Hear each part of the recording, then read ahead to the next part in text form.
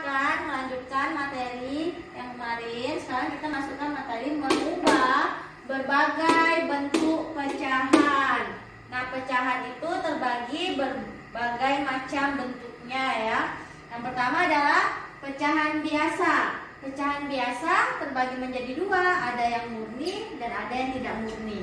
Kalau yang murni itu angka pembilang lebih kecil daripada angka penyebut, contohnya 3/5. Nah, sedangkan pecahan biasa yang tidak murni adalah angka pembilangnya lebih besar daripada angka penyebutnya, contohnya 7/4. Nah, kita masuk yang kedua, pecahan campuran diubah menjadi pecahan biasa. Yang dikatakan pecahan campuran adalah pecahan yang seperti ini. Ini namanya campuran. Kita bacanya 2/4/3. Kita mau mengubahnya menjadi pecahan biasa. Caranya kita kalikan dulu. 3 dikali 2. 3 kali 2, 6. Ditambah dengan yang di atas, 4.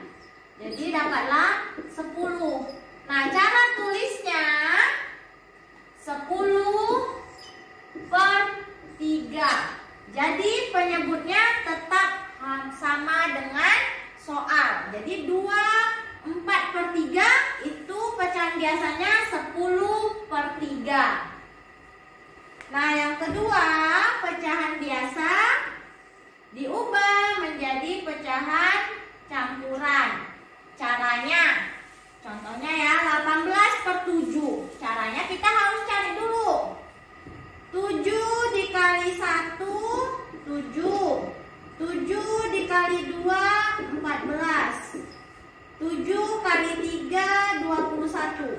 Nah, kita cari perkalian 7 yang mendekati 18. Yang mendekati ya, bukan menjauhi. Jadi di bawah 18. Kita lihat perkalian 7. Nah, yang mendekati itu adalah 14. Karena 14 angkanya di bawah 18. Kalau 21 yang kamu ambil itu salah, karena dia lebih daripada 18. Jadi kita tulis ada angka 2. Jadi caranya, penyebutnya harus tetap sama, 7 ya. Nah, kita lihat sini, 14 itu 7 dikali 2, berarti kita letak 2-nya di sini. Setelah itu 18-nya dikurang dengan hasil perkaliannya. 7 kali 2 kan 14. 18 dikurang dengan 14, dapatlah 4. Jadi pecahan campurannya 2/4/7. Nah, kita masuk ke pecahan desimal. Pecahan desimal adalah yang berkoma ya. Kita harus tahu dulu kalau satu angka di belakang koma itu per 10, 2 angka belakang koma per 100, 3 angka belakang koma per 1000. Ya. Jadi kita lihat dia ada berapa angka belakang koma? Ada 2, berarti per 100 kita bikin sama dengan per 100. Setelah kita dapat per 100, kita lihat angkanya lagi 0,75. Jadi kita 0 ini kan tidak terpakai. Jadi kita tetap bikinnya 75/100. Kecuali misalnya ada soal 1,2. Kamu lihat satu angka di belakang koma 10. Jadi kamu buat dulu per 10. Nah, kalau yang ini kan 0 depannya, maka dia tidak terpakai. Kalau dia ini 1,2, kamu harus tulis angka semuanya, yaitu 1 dengan 2. Jadi 12/10. Ya. Kalau misalnya kamu ragu dengan kayak ini, kamu bikin aja 0 di depan sini juga tidak masalah. Karena 0 ini juga tidak ada nilainya. Ya. Sekarang kita masuk pecahan biasa ke pecahan desimal. Ya. Caranya, kamu lihat 1000 itu kan 3 angka di belakang koma. Jadi kamu harus bikin gini.